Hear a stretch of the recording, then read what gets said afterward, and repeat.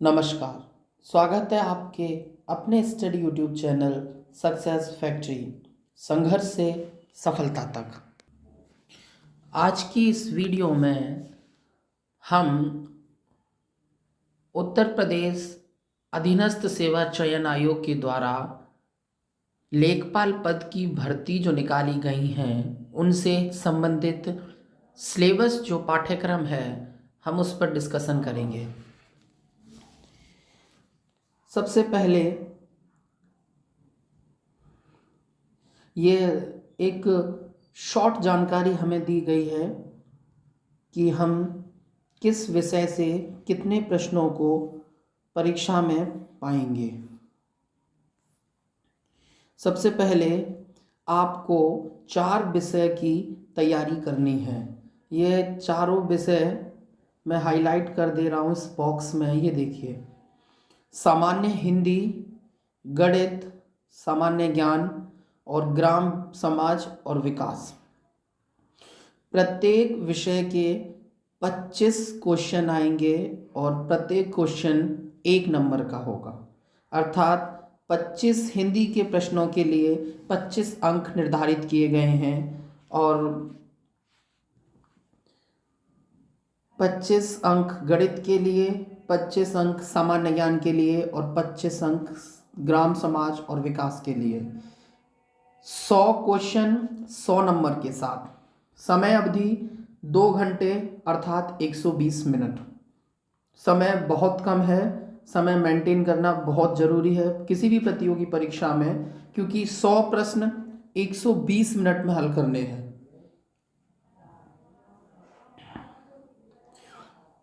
आयोग ने इस पत्र में नेगेटिव मार्किंग भी मेंशन की है, जो मैं आपको हाईलाइट करके दिखा रहा हूँ। ये 25% की नेगेटिव मार्किंग रखी जाएगी, जिसमें 1/4 की ऋणात्मक अंकीकरण किया जाएगा।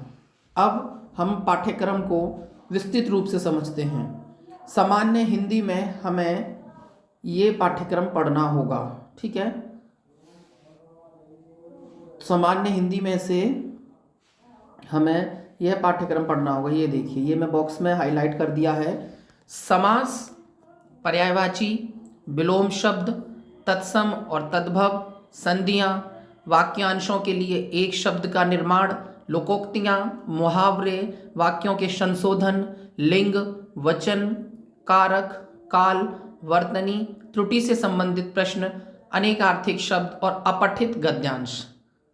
ये सारी चीज़ें हमें हिंदी के अंतर्गत पढ़नी होंगी। हिंदी सामान्यतः उन्हीं और प्रतियोगी परीक्षाओं की तरह ही है, तो हिंदी में कोई विशेष नहीं है कुछ भी। यह गणित के लिए आप देखिए, गणित में हमें अंक गणित और संख्यायिकी दोनों ही गणित पढ़नी होंगी। अंक गणित और संख्यायिकी में से जो हिस्सा हमें पढ़ना है वो है संख्या पद्धति, प्रतिशतता, लाभ हानि, संख्यायिकी, आंकड़ों का वर्गीकरण, बारंबारता, बारंबारता बंटन, सारणीकरण, संचयी बारंबारता, आंकड़ों का निरूपण, दंड चार्ट, पाई चार्ट, आयात चार्ट, बारंबारता बहुभुज, केंद्रीय माप, समांतर माध्य, माध्यमिक बहुलक आदि। इसी के साथ आप आगे का सिलेबस इस प्रकार से देखेंगे। ये मैं थोड़ा सा जूम कर देता हूं। बीज गणित से हमें ये विषय पढ़ने हैं। देखिए, बीज गणित से लघुत्तम संवर्तक, एलसीएम, एचसीएफ और उनसे संबंध, युगपत समीकरण, द्विघात समीकरण, गुणनखंड और क्षेत्रफल और उसकी माप। रेखा गणित में त्रिभुज संबंधी पाइथागोरस प्रमेय, त्रिभुज, आयत, वर्ग, समलंब, समांतर चतुर्भुज, समचतुर्भुज, परिमाप, समचतुर्भुज का परिमाप और उसका क्षेत्रफल, वृत्त की परिधि और क्षेत्रफल। गणित में भी सामान्यतः वही प्रश्न हैं जो अनेक प्रतियोगी परीक्षाओं में पूछे जाते हैं। सामान्य ज्ञान की बात करें तो सामान्य ज्ञान के लिए हमें एक बहुत बहुत बड़ा हिस्सा पढ़ना पड़ेगा।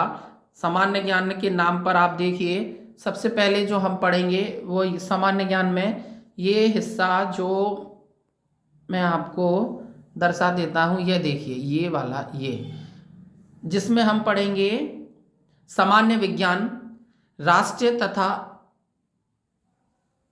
अंतरराष्ट्रीय महत्व की समसामयिक घटनाएं, जिससे मतलब है आपका करंट अफेयर्स, भारत का इतिहास, भारतीय राष्ट्रीय आंदोलन, भारतीय अर्थव्यवस्था, भारतीय राज्य व्यवस्था, विश्व भूगोल, जनसंख्या, सामान्य विज्ञान के प्रश्न, दैनिक अनुभव तथा प्रेक्षण से संबंधित विषय सहित विज्ञान के सामान्य प्रबंध एवं जानकारी, जिसका किसी भी सुशिक्षित व्यक्ति से अपेक्षा की जाती है। अर्थात जीएस का जो पोर्शन है वो वही पोर्शन है जो अनेकों परीक्षाओं में आपसे बार बार पूछा गया है। भारत के इतिहास के अंतर्गत आर्थिक, सामाजिक, सांस्कृतिक तथा राजनीतिक पक्षों की व्यापक जानकारी पर ध्यान देना होगा। भारतीय राष्ट्रीय आंदोलन पर अभ्यर्थियों से भारतीय स्वतंत्रता आंदोलन की प्रकृति, विशेषता, राष्ट्रवाद का अभ्युदय, स्वतंत्रता प्राप्ति के बारे में सामान्य ज्ञान अपेक्षित है। भारतीय राज्य व्यवस्था तथा अर्थव्यवस्था के अंतर्गत भारतीय राज्य व्यवस्था, भारतीय संविधान, भारतीय अर्थव्यवस्था तथा नियोजन के व्यापक लक्षणों की जानकारी से प्रश्न पूछे जाएंगे।